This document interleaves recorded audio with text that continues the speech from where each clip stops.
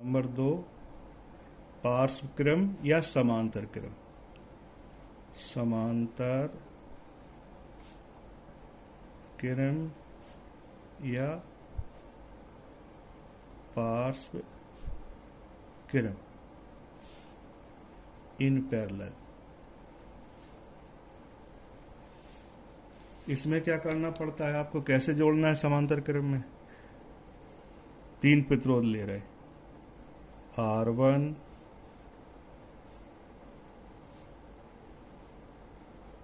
R2, R3। समांतर क्रम में जोड़ने का क्या तरीका है, प्रतिरोधों की पहली भुजा एक पॉइंट से, माने एक बिंदु से जोड़ देते हैं, और दूसरी भुजा को, दूसरी प्रत्येक प्रतिरोधों की दूसरी भुजाओं को कहाँ जोड़ देते हैं, दूसरे बिंदु से, जो पॉइंट बी से जोड़ देते, दूसरे बिंदु से जोड़ देते। एक क्रम क्या कहलाता है, समांतर क्रम कहलाता है। अब इसमें करंट फ्लो कराना है, तो इसके लिए क्या करना पड़ेगा, एक सेल या बैटरी लगाएंगे, यहाँ एक कुंजी लगा देंगे। जैसे कुंजी को ऑन करेंगे, इसमें धारा बहने लगेगी। मान लो I एम्पियर की इसमें धारा जा रही। धारा जैसी पॉइंट ए पर जाएगी, बिंदु ए पर जाएगी, तो प्रतिरोधों के हिसाब से अलग अलग बढ़ जाएगी। आपको बाद में एक किरचॉफ के पहले नियम में पढ़ाया जाएगा कि धारा किस टाइप से बढ़ती है। तो मान ले रहे, अब इसमें क्या है, समांतर क्रम में क्या रिजल्ट, एक पहला रिजल्ट क्या सामने आ गया, धाराएं कैसी हो गई, प्रतिरोधों में अलग अलग हो गई। R1 में I1 मान ली हमने, R2 में I2 धारा हो गई, R3 में I3 धारा हो गई। अब क्या चीज इक्वल हो गई, समांतर क्रम में जुड़े प्रतिरोधों के सिरों पर विभवांतर कैसा हो गया, समान हो गया। ये विभवांतर कैसा हो गया, समान हो गया। बी विभवांतर हो गया, ये समान हो गई। ये तुल्य धारा कितनी, I तुल्य धारा हो गई। I को बोलते तुल्य धारा।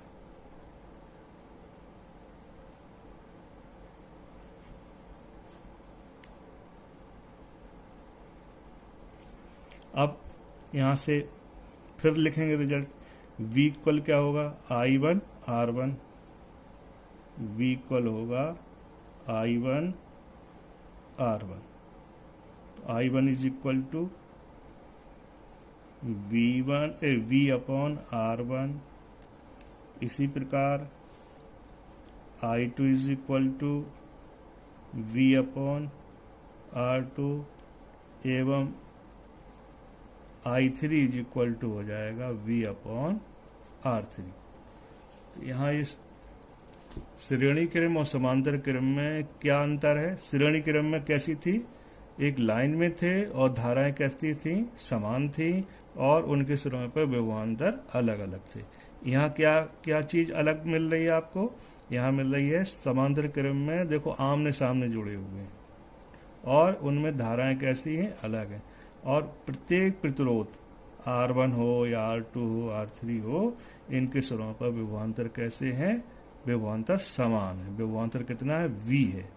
तो यहाँ से देखो, यहाँ इस वाले सूत्र से लिखा है V इक्वल I1 R1, तो V1 equal V upon R1।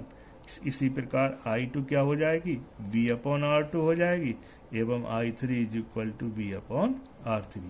तो कुल धारा कितनी है बिंदु ए पर, बिंदु ए पर प्रवेश करने वाली धारा कितनी, I है, और बिंदु से B से निकलने वाली धारा कितनी है, I है। तो कुल धारा I equal I1 plus I2 plus I3। ये वाला नियम जो है किरचॉफ का पहला नियम है। किसी संधि पर प्रवेश करने वाली धाराओं का योग और का योग संधि से दूर जाने वाली धाराओं के योग के बराबर होता है, सिग्मा इक्वल 0। ये आपको हम आगे पढ़ाएंगे। अब ये वाला जो समीकरण आया, इसमें I1 I2 I3 की वैल्यू प्लेस करो, रखो मान। इसमें I1 की कितनी है, V upon R1, V upon R1। I2 equal कितना है, V upon R2, V upon R2। I3 equal कितना है V अपॉन R3। क्या कॉमन आ रहा है इसमें? V कॉमन आ रहा है, V कॉमन ले लो। 1 upon R1 plus 1 upon R2 plus 1 upon R3। ये समीकरण मान लो नंबर 1 है। तीनों प्रतिरोध क्या कर रहे हैं? बी विभवांतर पर आई धारा दे रहे हैं या आई धारा से बी विभवांतर उत्पन्न हो रहा है।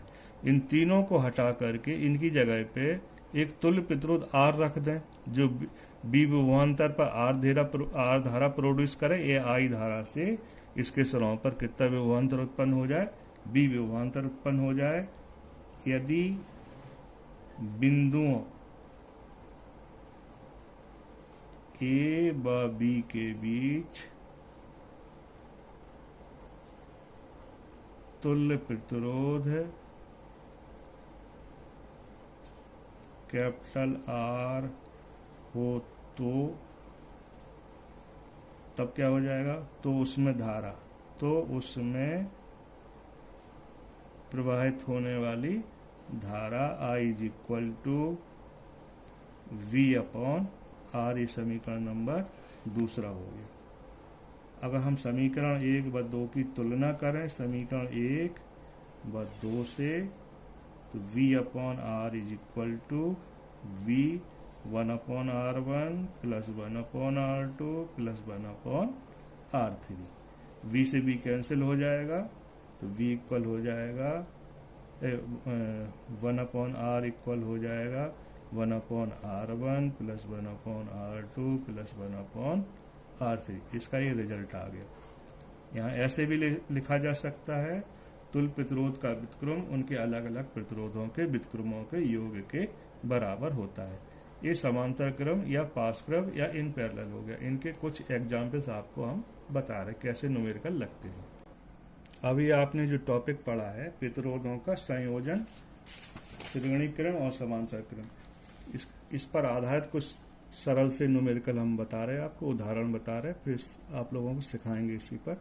जैसे एग्जाम्पल नंबर फर्स्ट, 3 प्रतिरोध हैं,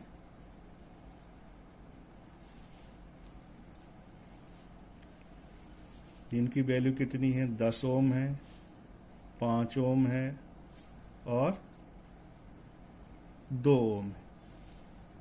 बिंदुओं ए और बी के बीच में जुड़े हुए हैं। आपसे पूछा जा रहा है ए और बी के बीच तुल्य प्रतिरोध ज्ञात कीजिए। क्या पूछा जा रहा है?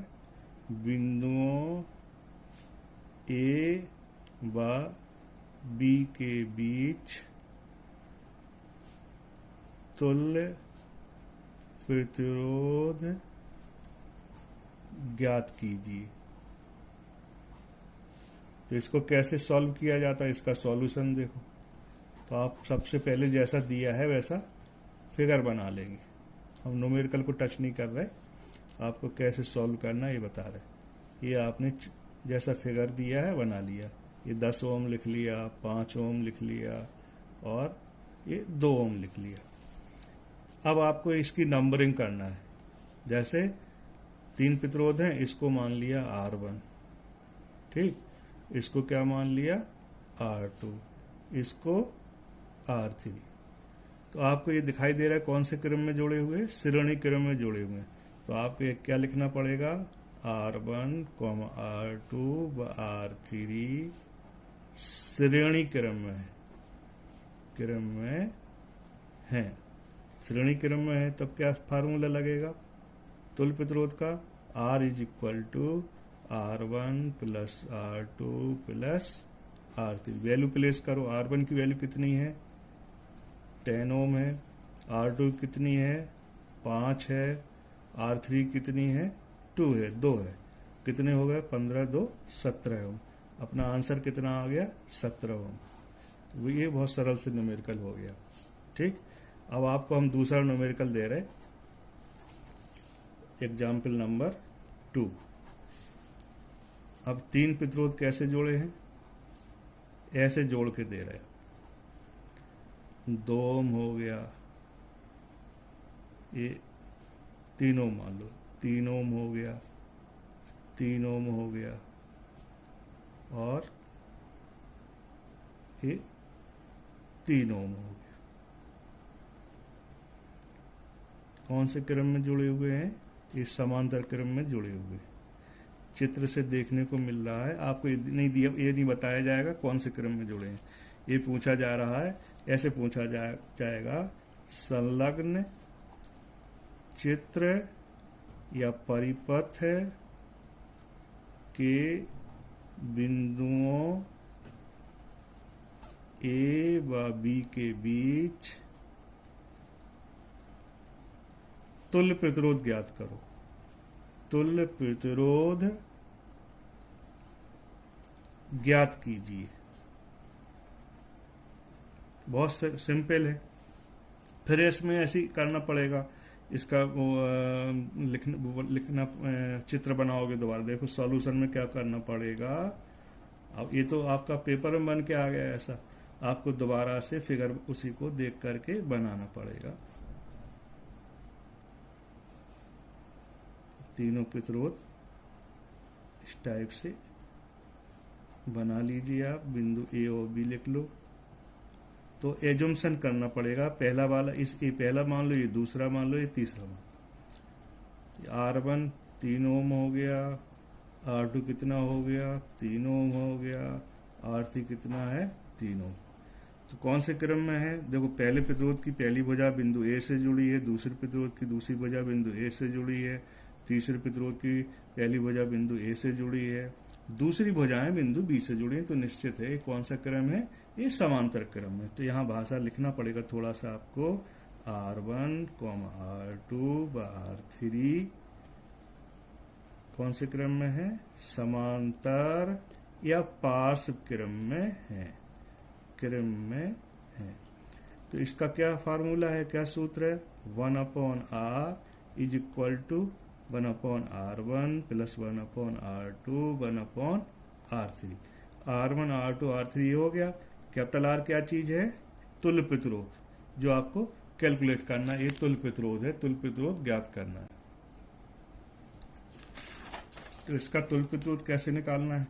तो यहाँ वैल्यू रखो 1/R। R1 की वैल्यू कितनी है? 3 है। R2 की वैल्यू कितनी है? 3 है। और R3 की कितनी है? 3। कितना LCM आ गया? लघुत्तम आ गया 3। 3 का 3 में भाग दो, कितने बार जा रहा? 3 एकम 3। 1 का गुणा 1 में करो, 1 आ गया। 3 का भाग 3 में दो, 1 आ गया। 1 का गुणा 1 में करो, 1 आ गया। 3 का भाग 3 से 2, 1 बार जाएगा।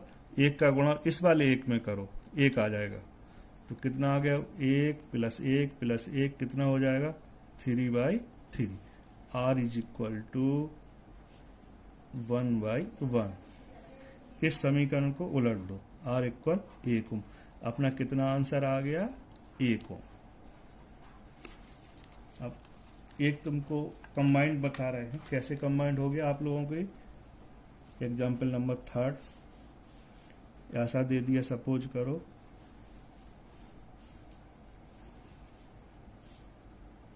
इस कैपेसिटर बना गए, संधारित्र प्रतिरोध बनाना है। ये मान लो 10 ओम हो गया।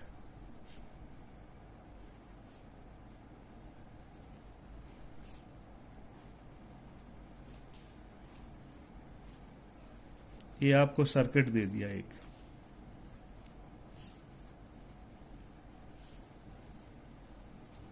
अब आपसे पूछा जा रहा है ए और बी के बीच तुल्य प्रतिरोध ज्ञात करो।